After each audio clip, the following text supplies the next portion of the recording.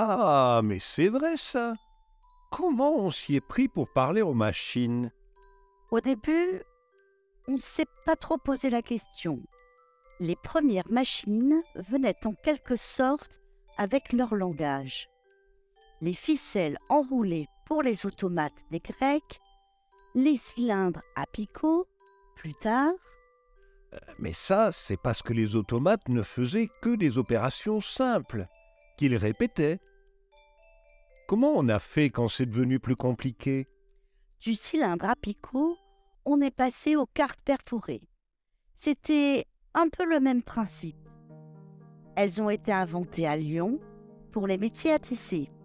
Et puis, un peu plus tard, Ah oui, tu m'as déjà raconté. Elles ont beaucoup inspiré Babbage.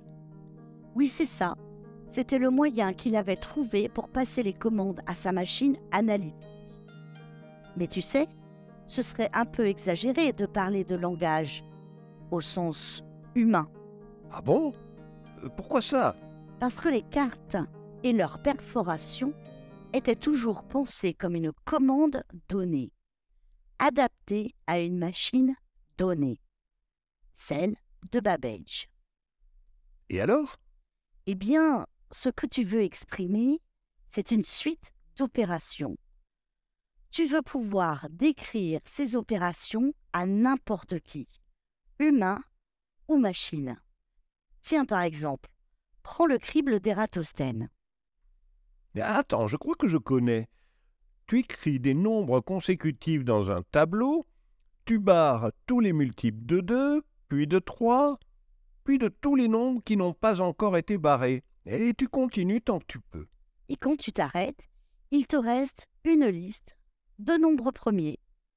Tu viens de me décrire un algorithme pour trouver les nombres premiers. Tu l'as décrit avec tes mots et moi, je peux l'exécuter avec du papier et un crayon. Pas besoin de machine pour ça. Ah ouais, je vois. Donc, il a fallu trouver un langage pour faire de l'arithmétique à n'importe quel humain et n'importe quelle machine.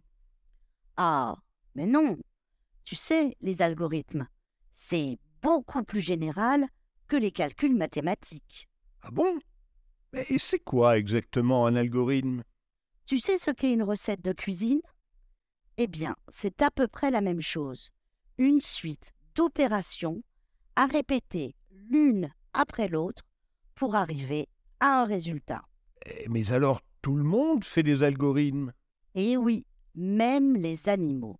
Tiens, regarde ce corbeau. Il jette des petits cailloux dans le tube pour faire monter le niveau d'eau. Il répète la même opération jusqu'à atteindre son but. C'est une boucle. Ah ouais, impressionnant! Et il y en a d'autres, des animaux algorithmiques? Plein. Les baleines à bosse chassent en groupe en fabriquant des rideaux de bulles synchronisés pour regrouper leurs proies. Les abeilles ont des danses extrêmement précises pour décrire aux autres les sources de nourriture qu'elles ont trouvées. Et encore beaucoup d'autres exemples. Mais alors, si c'est si répandu, où est le problème? Tu vas voir. Tu connais l'algorithme pour faire un Scooby-Doo? Alors, dis-moi, tu as appris comment? Ben, quelqu'un m'a montré une fois à l'école. C'est pas bien compliqué. Ah oui, si on te montre, c'est vrai, c'est facile. Mais s'il fallait que tu expliques à quelqu'un sans lui montrer, tu dirais quoi? Bah, tu mets tes deux brins en croix, tu passes celui de derrière devant, celui de devant derrière, puis tu passes celui de droite dessus, puis dessous vers la gauche, celui de gauche dessus et dessous vers la droite, et puis tu serres. Ah oui, et tu crois que le quelqu'un va comprendre si tu lui montres pas? Aucune chance. Tu vois, elle est là, la difficulté. Pour enseigner un algorithme à un humain, il suffit de lui dire « regarde et fais comme moi ». Une machine ne sait pas imiter ce qu'on lui montre. Il faut lui donner des instructions très précises, sans aucune ambiguïté. Mais c'est pas humain, ça. Personne ne pourrait parler aux machines dans leur propre langage. Justement, la dame que tu vois s'appelle Grace Hopper. Elle a travaillé sur les tout premiers ordinateurs aux États-Unis. Elle a compris, avant les autres, que les ordinateurs allaient se répandre et qu'il faudrait les rendre plus faciles à utiliser pour tout le monde. Ah ben oui, c'était plutôt bien vu, ça. Je ne te le fais pas dire.